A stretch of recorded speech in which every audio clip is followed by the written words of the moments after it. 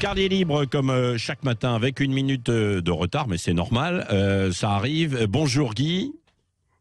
Bonjour Patrick, Bon, oui. bonjour à tous. Bon, je suis étonné par le c'est normal. Oui, c'est normal, ça arrive. Bon, vous avez longuement hésité entre deux thèmes de chronique, mon cher Guy. Ce matin. Plus précisément, j'ai hésité entre deux personnalités politiques d'une importance extrême. D'une part, évidemment, Michael Gorbatchev, dont on vient d'apprendre la mort, qui fut le dernier secrétaire général du Parti communiste soviétique, l'homme qui lança le processus de démocratisation de l'Union soviétique, l'homme de la perestroïka, de la glasnost, de la chute du mur de Berlin. Autrement dit, un homme qui a changé la face du monde.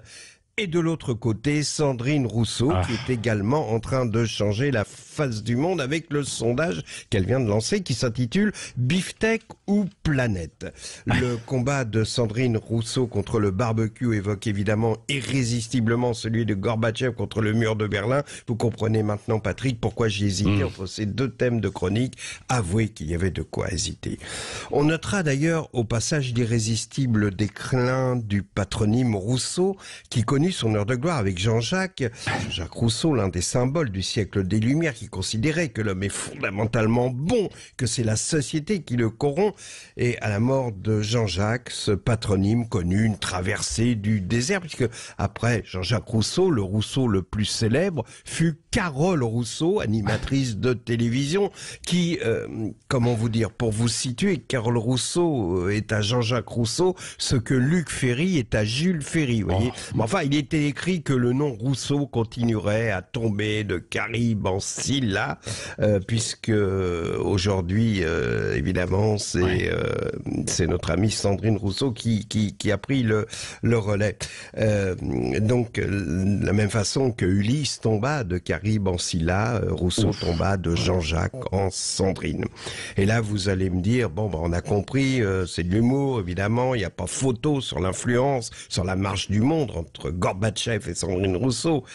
Il n'y a peut-être pas photo, mais pour les médias, c'est du même niveau, car les JT ont consacré à peu près autant de temps aux deux personnages. Je persifle, je ricane et pourtant le symbole est très fort. Car le problème ne vient pas que Sandrine Rousseau existe avec l'unique volonté d'exister, mais je viens de vous le dire que les médias consacrent à cette volonté d'existence à n'importe quel prix autant de place qu'à la disparition de Gorby. Mais revenons à ce dernier. En apprenant sa mort, les premières images qui me sont revenues à l'esprit étaient celles du mur de Berlin. Vous vous souvenez de cet incroyable souffle de liberté, Patrick, de notre certitude à ce moment-là, que cette fois-ci, c'était sûr, c'était la fin des dictatures, le triomphe des utopies. Et puis soudain, au milieu de cette foule de jeunes qui démolissaient le mur avec des outils d'infortune, un homme a commencé à jouer du violoncelle sur une chaise pliante qui ressemblait à celle sur laquelle Maurice, mon beau-père, s'asseyait lorsqu'il allait pêcher le gardon sur le canal du Nivernais, près de Tannay. Quoi qu'il en soit, entre Gorbatchev qui détruisit les murs qui séparent les hommes et Sandrine Rousseau qui déconstruit les hommes qui consomment de la viande, il y avait, avouez-le, de quoi hésiter sur le choix de mon thème de chronique. Bon, oui, c'est vrai. Mais Guy, si je peux me permettre, pour dédramatiser un petit peu tout ça, on peut dire que pendant son passage sur Terre, Gorbatchev aura bien accompli sa tâche, non ? Sa tâche. Bon, écoutez, je crois qu'après ça, il n'y a rien à dire. Envoyez Rostropovitch.